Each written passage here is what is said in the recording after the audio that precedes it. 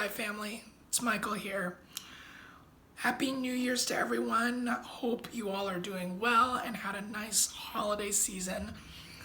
We miss everyone. We miss seeing you, but we're excited for what this new year is going to bring, what God is going to be doing in us and through us.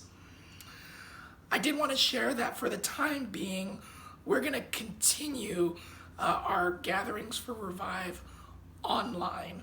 So we're going to be keeping with our rhythm of doing a few Revive Zoom meetings every month. So for the month of January, we'll be meeting on the 9th and the 23rd at 2 p.m. So we hope to see you there. For this week's devotional, I'll be wrapping up our series on family. And to kick us off, I wanted to share a story in the Bible where we see Jesus interacting with his family. And we see this in Mark chapter 3, starting at verse 20. So it says this: Then Jesus entered a house, and again a crowd gathered, so that he and his disciples were not even able to eat. When his family heard about this, they went to take charge of him, for they said, "He is out of his mind." Then a few verses later, it says this: Then Jesus' mother and brothers arrived.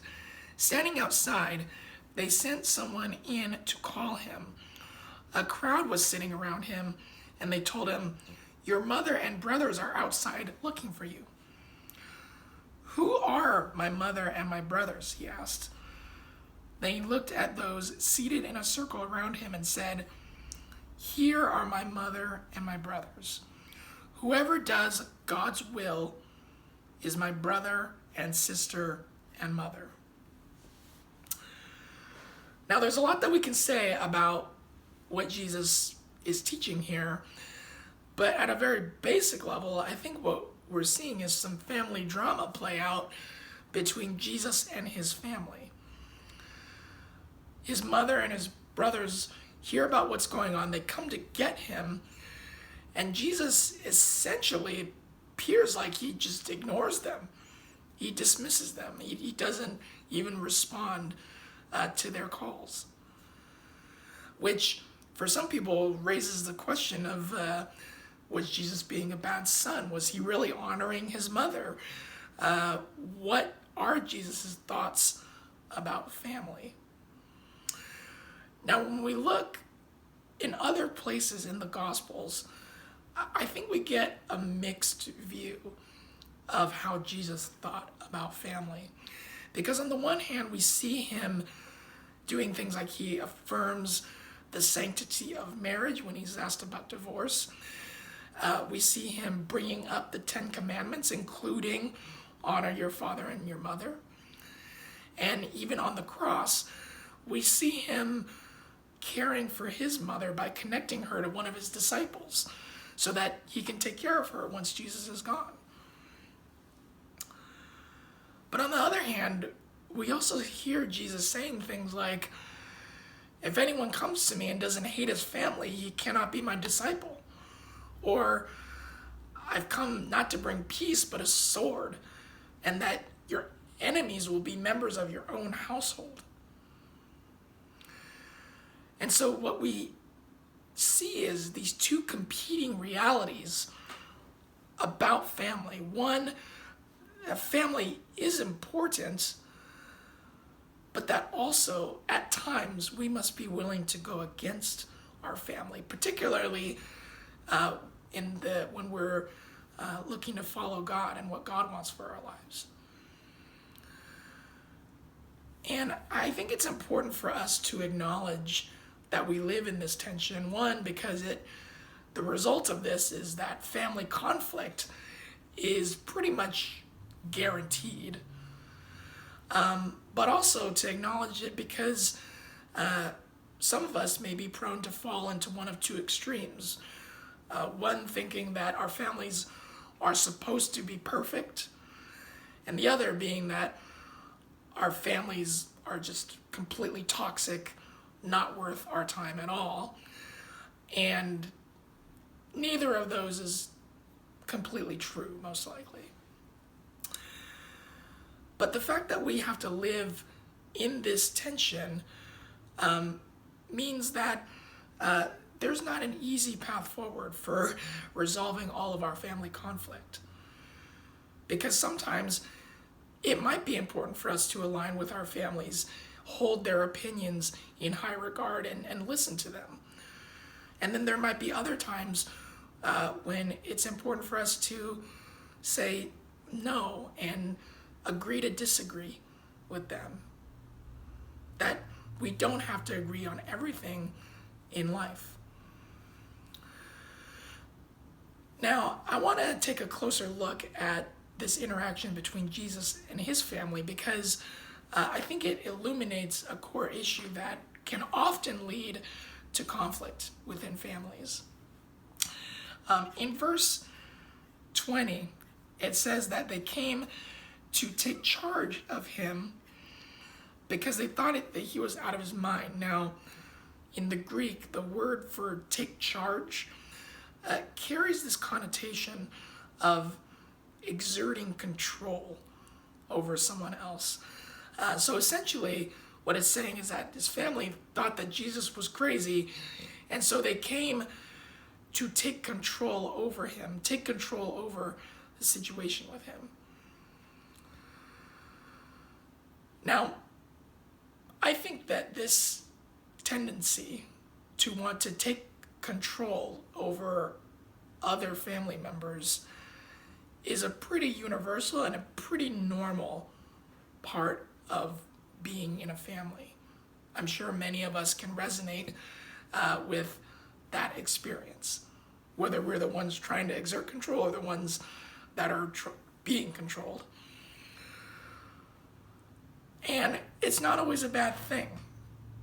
If you think about parents raising their kids, parents need to exert control over their kids, right? That when you're young, you don't know fully how to navigate the world safely. You need your parents' guidance. You need your parents to take charge.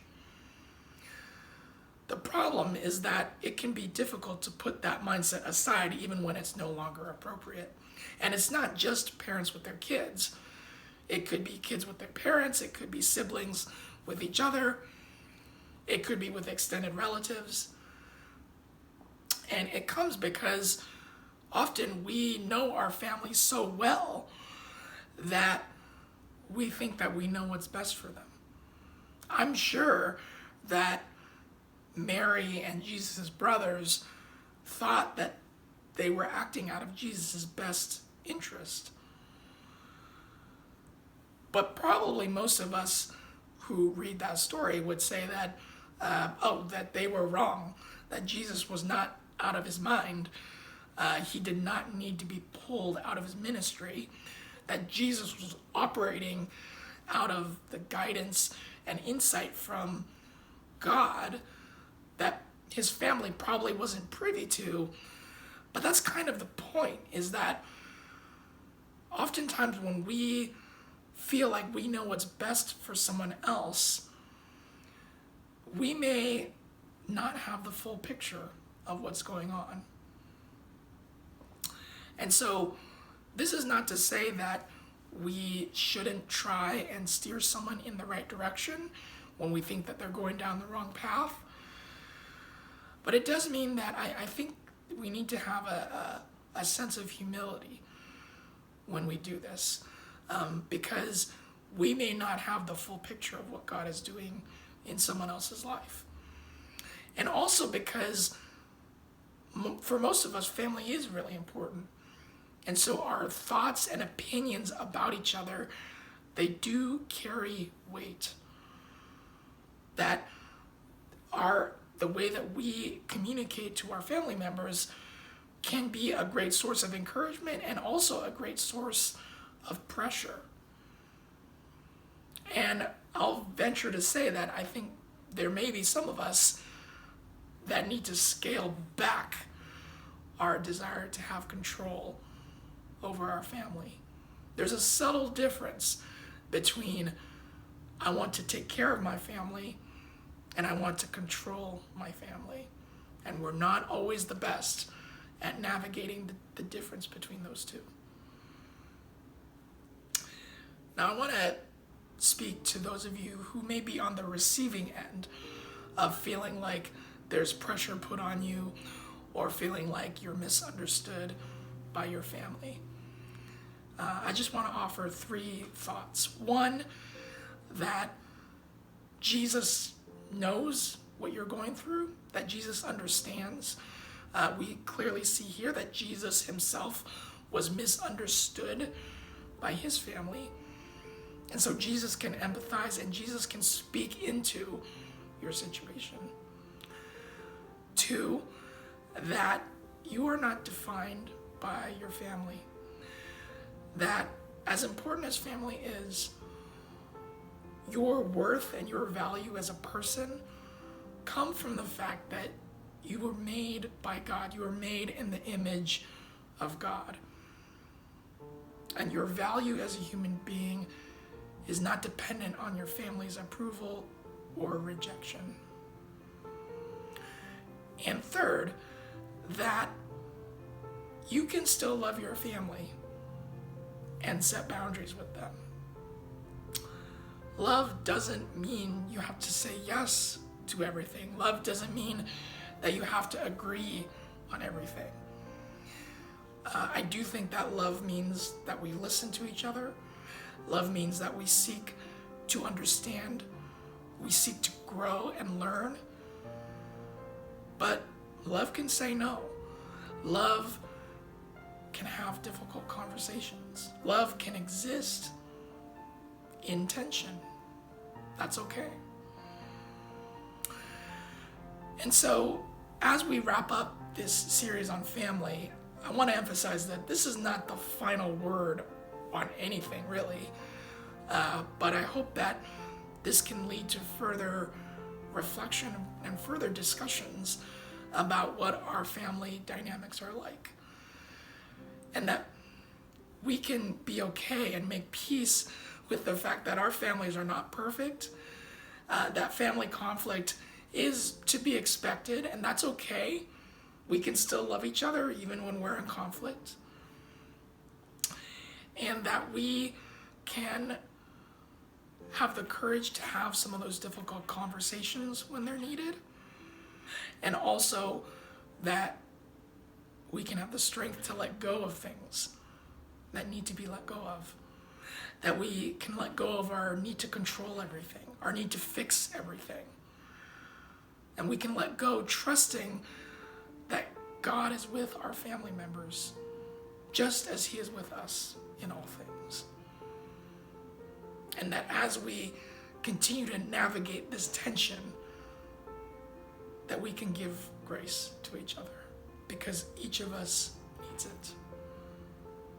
So grace and peace to you, my friends.